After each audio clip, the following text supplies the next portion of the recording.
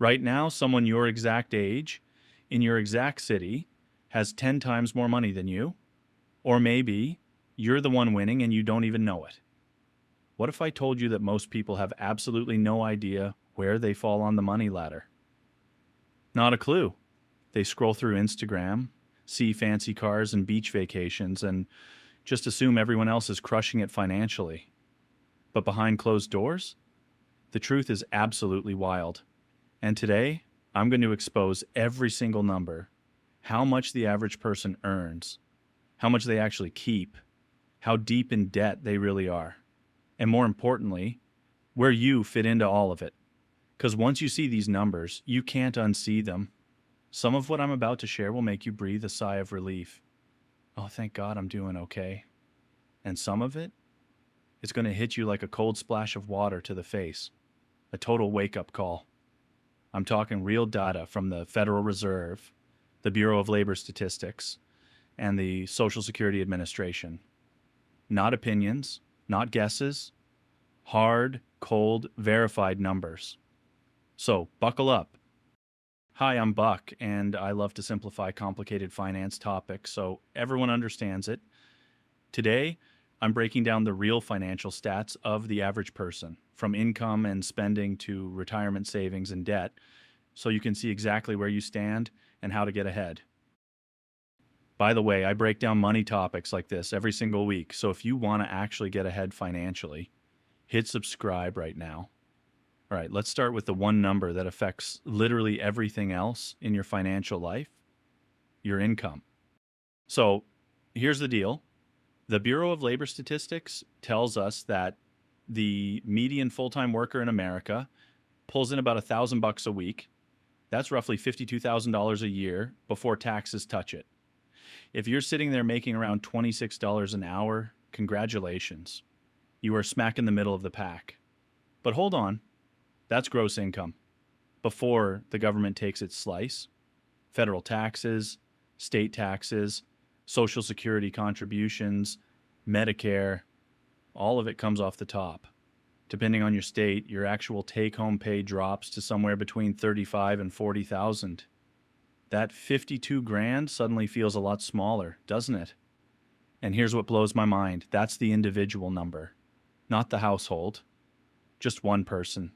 So, if you're a single person earning 52K, that's your whole financial engine. Every bill, every grocery run, every unexpected car repair, it all comes from that one pot of money. Now imagine trying to save for retirement on top of all that. But income is only half the equation, because it doesn't matter if you make 52,000 or 520,000. What you do with that money is what determines whether you end up wealthy or broke. And this is where things start to get really interesting. Let's talk about how the average American actually spends their money. According to the Bureau of Labor Statistics, the typical American household burns through about $5,577 every single month. Let that sink in. That's almost $67,000 a year going out the door every single year. Now, if the average individual only brings home around 40 grand after taxes and the household is spending 67,000, you can see why dual incomes aren't a luxury anymore. They're a survival strategy. The math simply doesn't work with one paycheck for a lot of families.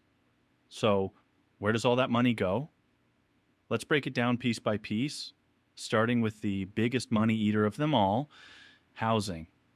The average household forks over about $1,885 per month just to have a roof over their heads. That's rent or mortgage, property taxes, insurance, utilities, repairs, the whole package. $1,885 a month. That's over $22,000 a year just for shelter. And if you live in a major city like New York, San Francisco, or Los Angeles, you're probably laughing at that number because your studio apartment costs more than that. In some areas, that wouldn't even cover a decent one-bedroom. Next up, transportation. Getting from point A to point B costs the average household $913 a month. Car payments, insurance premiums, gasoline, oil changes, parking, maybe the occasional bus pass, nearly $11,000 a year just to move around. And then there's food. $691 per month to feed a household. That's groceries, restaurants, takeout, that random midnight snack run, all of it. Over $8,000 a year on food alone. If you're feeding a family of 4 on less than $700 a month, honestly, you deserve some kind of award. Now let's add those 3 up. Housing, $1,885. Transportation, $913. Food, $691. That's $3,489 per month gone before you've paid for health insurance, clothes, entertainment, your phone bill, or literally anything fun. That's almost 63% of the average household's total spending, eaten up by just 3 categories. This is exactly why so many people feel like they're running on a treadmill. They work hard, they earn a decent paycheck, but by the time they cover the basics, there's barely anything left. And that brings us to an incredibly important question. How much is the average person actually managing to save? According to the Bureau of Economic Analysis, Americans save approximately 6% of their income after taxes. 6%. Let me put that in perspective. If you earn $50,000 after taxes, you're setting aside about $3,000 for the entire year. That's $250 a month. $250 a month has to cover your emergency fund, your retirement contributions, saving for a house, your kids' college fund, and anything else you're trying to build toward. Good luck stretching that across all those goals. It's like trying to fill a swimming pool with a garden hose. Technically possible, but you'll be waiting a very long time. And keep in mind, 6% is the average, which means half the country is saving even less than that. There are millions of people saving virtually nothing, living paycheck to paycheck, praying nothing goes wrong. One car breakdown, one medical bill, one job loss, and the whole thing falls apart. Financial experts generally recommend saving at least 15 to 20% of your income. So the average person is doing about a third of what they should be doing. That gap between 6% and 15% might not sound like much, but over 20 or 30 years, it's the difference between retiring comfortably and working until you physically can anymore. And that's the perfect transition into what might be the most alarming set of numbers in this entire video. Retirement savings. If you think the savings rate was bad, wait until you see what people actually have tucked away for their golden years. The Federal Reserve tells us that the median retirement savings for all Americans is about $65,000. $65,000 for your entire retirement. Now remember, that's the median, meaning half of people have more and half have less. And here's the real gut punch. About 25% of Americans don't have a single dollar saved for retirement. Not 1 cent. 1 out of every 4 people, 0. Let me break this down by age because the details are where it gets really eye-opening. You know, if you're under 25, the median retirement balance is under $2,000. Now, fair enough, you're just getting started. But here's the thing. Every year you don't invest in your 20s costs you big time because of compound interest. $1 invested at 22 is worth way more than $1 invested at 42. The 25 to 34 crowd has about 14,000 saved. These are people who've been working for a decade or more. 14,000. If that's you and you're looking at that number thinking that's not great, you're right, it's not. But you've still got time to turn it around if you start getting aggressive with your contributions right now. Jump ahead to the 35 to 44 range, and you see about 45,000. The 45 to 54 group has roughly 100,000. Getting better, but still not where you need to be if you're planning to retire comfortably without eating canned beans every night. And then we get to the 65 and older crowd. The people who are actually in retirement or about to be, their median balance about $88,000. That's it. After an entire career of working, 40 plus years of paychecks, the typical retiree has 88 grand to show for it in their retirement accounts. And let me do some quick math that's going to make your stomach drop. If you retire with 88,000 and follow the famous 4% rule, which says you should withdraw 4% of your savings per year to make it last, you'd be pulling out roughly $3,500 per year. That breaks down to about $290 per month. $290 a month from your retirement savings. And let's be brutally honest. What can you buy with $290 a month? Maybe your groceries? Maybe. That's not a retirement. That's a crisis. That's basically hoping Social Security does all the heavy lifting while you scrape by. Speaking of Social Security, since we just established that most people's retirement savings are nowhere near enough, how much does Social Security actually pay? The Social Security Administration says the average monthly benefit is about $1,550. That's around $18,600 per year. So let's combine those two numbers.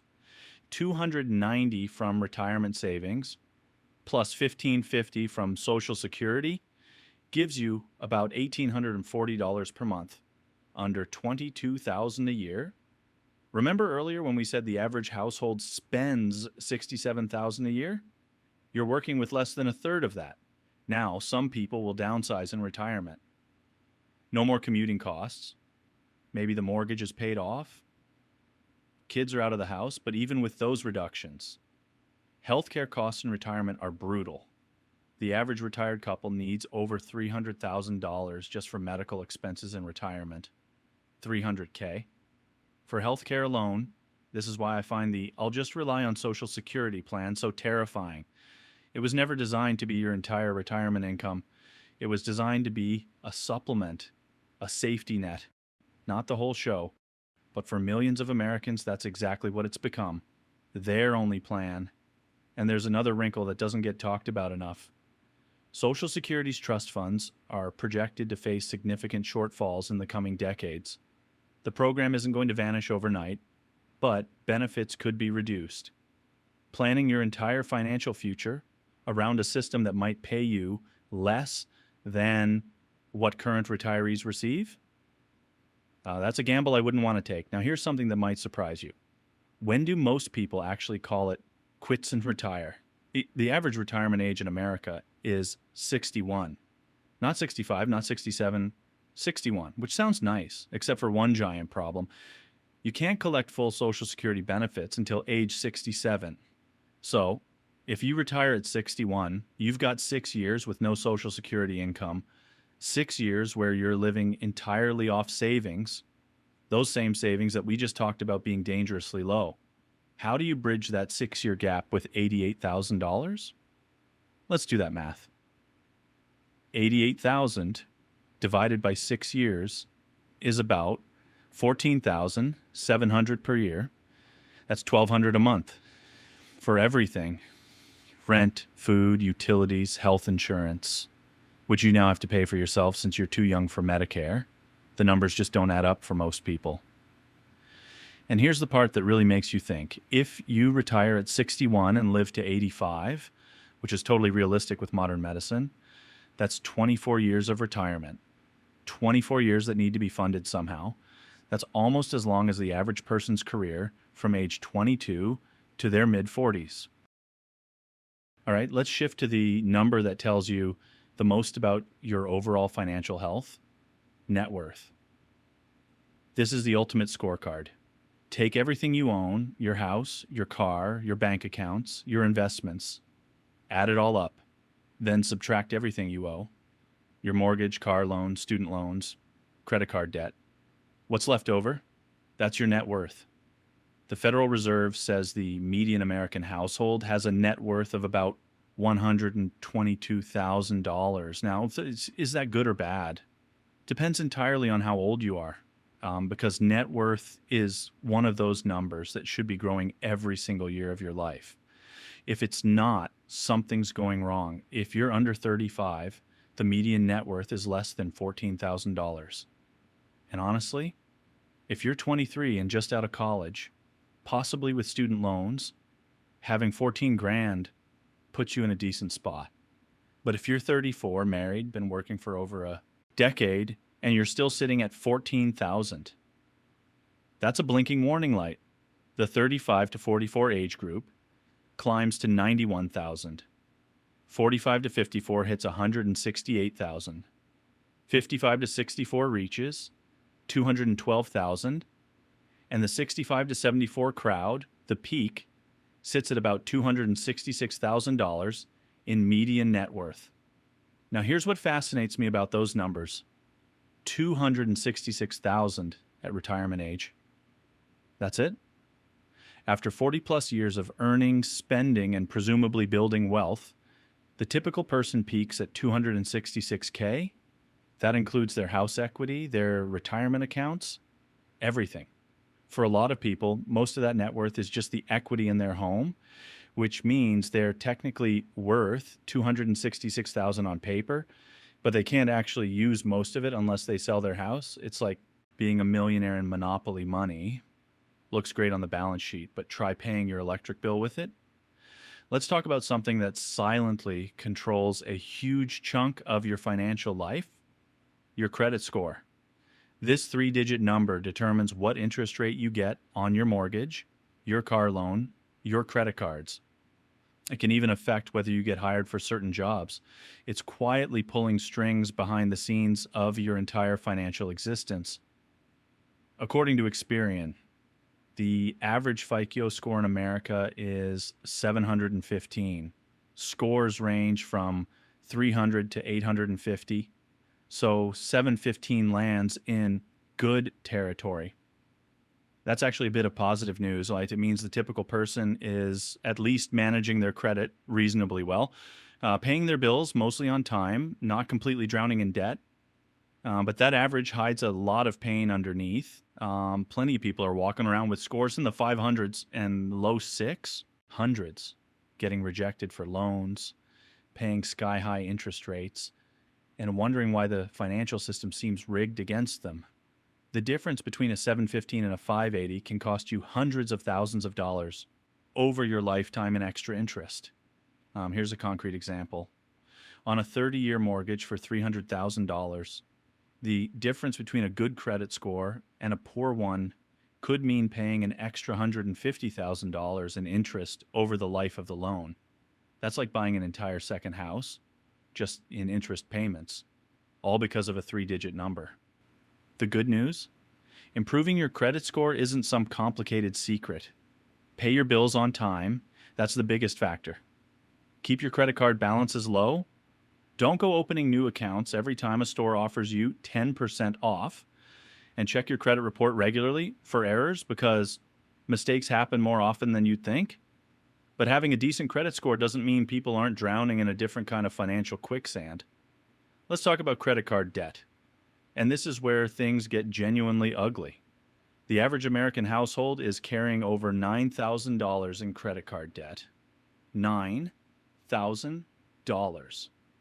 And unlike a mortgage where you're at least building equity in a home, or a car loan where you have transportation, credit card debt is usually spent on stuff that's already gone: dinners you ate 3 months ago, clothes hanging in the back of your closet with the tag still on, online orders that seem like a great idea at 2 a.m. What makes credit card debt truly toxic is the interest rate. We're not talking 3 or 4% like a mortgage. Credit cards charge 15, 20, sometimes 25% interest or more. If you're carrying that $9,000 balance at 20% interest, you're handing the credit card company $1,800 a year just in interest. Money that buys you absolutely nothing. Think about what $1,800 a year could do if you invested it instead. At a 7% average return, that $1,800 per year would grow to over $75,000 in 20 years. Instead, that money is going straight into a credit card company's pocket. Every year, it's wealth destruction in slow motion. The path out of credit card debt isn't complicated, but it does require discipline. Stop adding to the balance. That's step one. Then attack it aggressively. Pay more than the minimum every single month. Some people use the avalanche method, paying off the highest interest rate first. Others prefer the snowball method, knocking out the smallest balance first for psychological wins. Either way works. Just pick one and commit. And here's a rule I wish someone had told me years ago. And if you can't pay cash for it, you can't afford it. I know that sounds harsh, but credit cards should be a tool for convenience and rewards points, not a way to buy things you haven't earned the money for yet.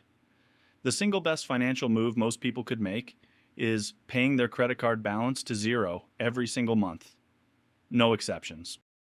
All right, we've gone through the full financial x-ray of the average American: income, spending, savings, retirement, net worth, credit scores, debt.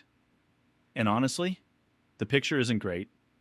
But here's the part of the video where everything changes. Because knowing what average looks like gives you an insane advantage. Think about it. The bar for above average in personal finance is shockingly low. If you can save more than 6% of your income, you're beating most people. If you have zero credit card debt, you're ahead of the pack. If you're consistently investing even small amounts into your retirement accounts, you're lapping millions of Americans who aren't investing at all. You don't need to be a Wall Street wizard or a tech entrepreneur to beat these numbers. You just need a basic financial discipline applied consistently over time. That's the real secret that nobody wants to hear because it's not exciting. There's no hack, no shortcut, no secret stock tip, just consistent, boring, unglamorous financial habits repeated for decades. So let me lay out exactly what beating average looks like in practical terms. Step 1, track your spending. You cannot improve what you don't measure. Most people have no idea where their money actually goes each month. They have a vague sense, but when they actually sit down and track it, they're shocked. That random subscription here, that daily coffee there, it adds up fast. Step 2, build a gap between your income and your spending. This is the fundamental engine of wealth building. It doesn't matter if you earn $50,000 or $500,000. If you spend everything you make, you'll never build wealth. The size of that gap between earning and spending determines how fast your financial life improves. If the average household spends $5,500 a month and you can get your spending down to $4,500, you've freed up $12,000 a year. That doesn't require eating rice and beans every night or living in a cave. It might mean cooking at home a few more nights, driving your car an extra year before upgrading, or cutting 2 subscriptions you forgot you were even paying for. Step 3, automate your savings and investments. This is the cheat code. Set up automatic transfers so that money moves into your savings and investment accounts before you ever see it in your checking account. Pay yourself first. When the money is out of sight, it's out of mind. And you'd be amazed how quickly you adjust to having slightly less spending money. Step 4, invest in low-cost index funds. I'm not going to turn this into a full investing tutorial, but the simplest, most reliable way to build long-term wealth is to consistently buy broad market index funds with low expense ratios. The S&P 500 has averaged about 10% annual returns over the long term. You don't need to pick individual stocks or time the market. Step 5, eliminate high interest debt as fast as humanly possible. Every dollar of credit card interest you pay is a dollar that could be growing in your investment accounts instead. Attack that debt like your financial future depends on it, because it literally does. Once you're debt-free, the math of wealth building gets so much easier. And step 6, increase your income. I know, easier said than done, but the savings side of the equation has limits. You can only cut spending so much before you're miserable. The income side, that's theoretically unlimited. Ask for a raise. Learn a new skill. Start a side business. Pick up freelance work. Every extra dollar you earn and invest accelerates your wealth building exponentially. Now let me show you why all of this matters so much with one simple example that demonstrates the raw power of compound growth. Let's say you're 30 years old and you start investing $500 per month into an index fund that averages 8% returns.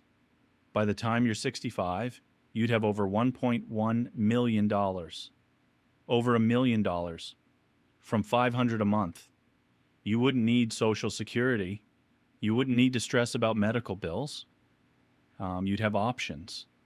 And the beautiful thing is, of that $1 million, you only actually contributed about 210,000 out of your own pocket.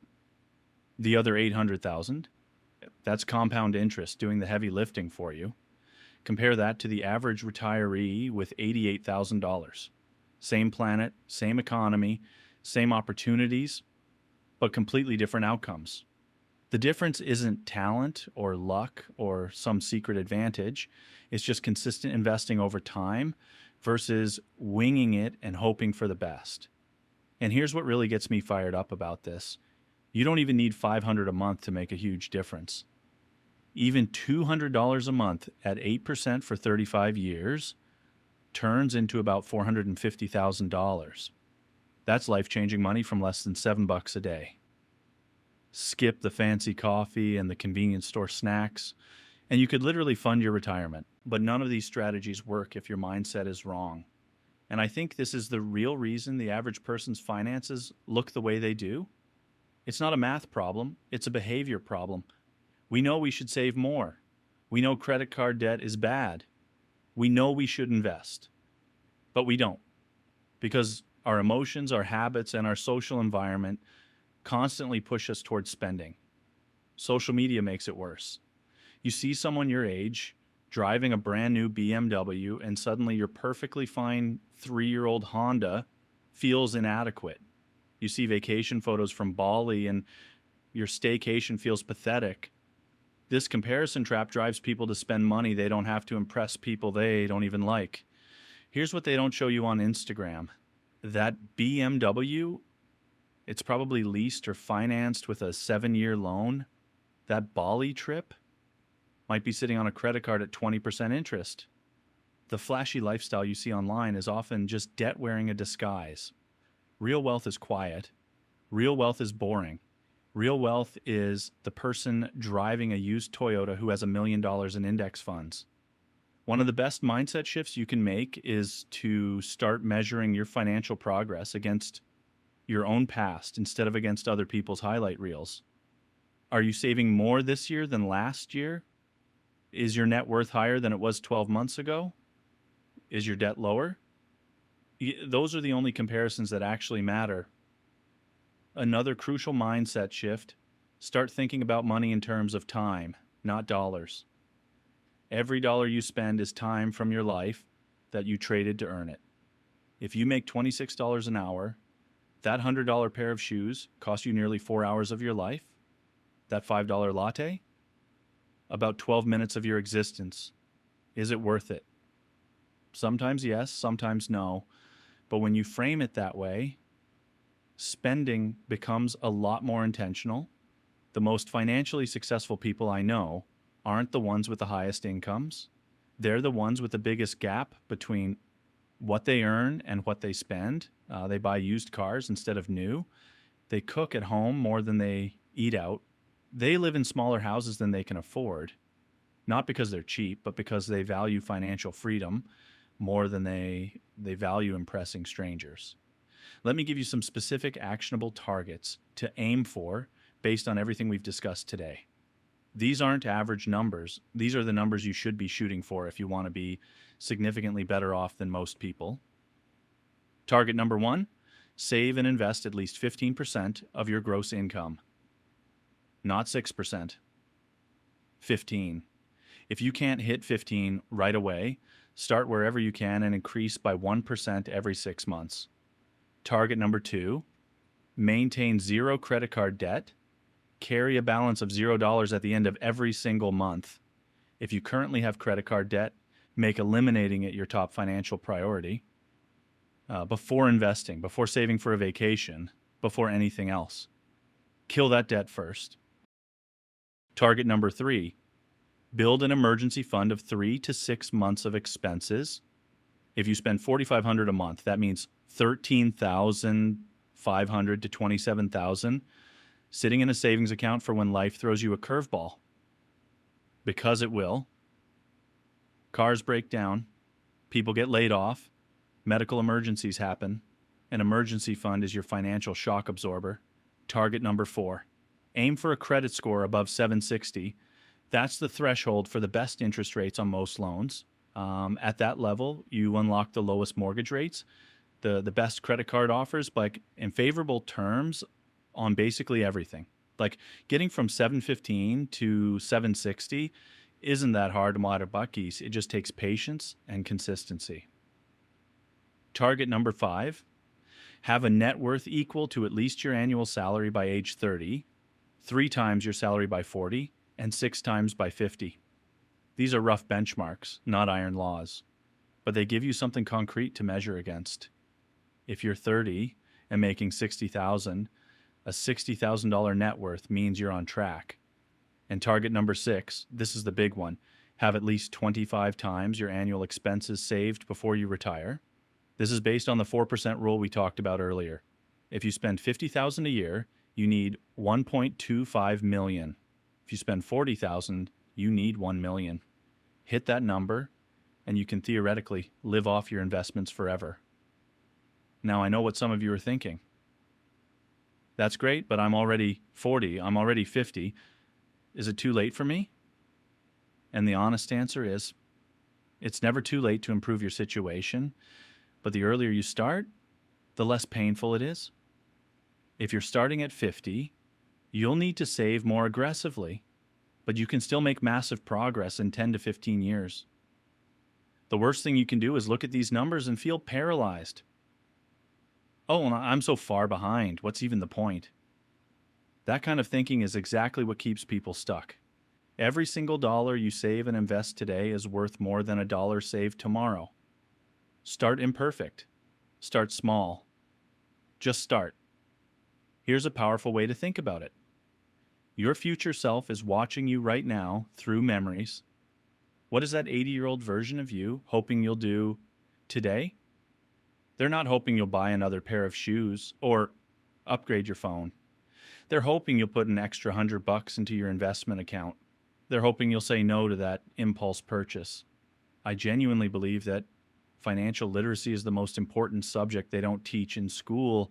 You can be brilliant at your job, amazing at math, incredible at science. But if you don't understand how money works, how compound interest works, how debt destroys wealth, you're going to struggle. These are life skills that affect every single day of your existence from age 18 to age 90. So here's where we land. We've looked at every major financial metric of the average American, and the conclusion is pretty clear. The average approach to money doesn't lead to a comfortable retirement. Like, it doesn't lead to financial freedom. It leads to stress, uncertainty, and dependency on a government program that might not be able to fully deliver on its promises. But the good news, and I really want to emphasize this, is that you are not average. The fact that you just spent time watching a video about financial statistics tells me you're already more engaged with your money than 90% of the population. Most people would rather watch literally anything else than think about their finances. Information without action is worthless, though. So let me challenge you right now. Before you click on the next video, do one thing. Check your retirement account balance. Calculate your net worth on a napkin. Look up your credit score for free. Set up an automatic transfer to savings. Just pick one thing and do it today. One small action today creates momentum. Momentum builds habits. Habits change trajectories. And change trajectories change lives. That's not motivational fluff. That's literally how every financially successful person got where they are. One decision at a time, compounded over years and decades. Let's do a quick recap of the most important numbers we covered. So the key takeaways are crystal clear. Average individual income, $52,000 before taxes. Average household spending, $67,000 per year. Average savings rate, 6%. These three numbers alone tell you why so many people are struggling. For many households, the money going out exceeds what one person brings in. Average retirement savings, $65,000. Average Social Security benefit, $1,550 per month. Average net worth, $122,000. Average credit card debt, $9,000. And the average credit score, 715. Write those numbers down, tape them to your bathroom mirror, let them motivate you every single morning. If you're beating most of those numbers, fantastic. Keep pushing. Don't get complacent, because better than average and financially free are two very different things. And if you're behind on some of them, good. Now you know exactly where to focus your energy. No more guessing, no more wondering, no more comparing yourself to Instagram illusions. Remember, wealth isn't built in a day, a week, or even a year. It's built over decades through boring, repetitive, disciplined habits that most people aren't willing to stick with.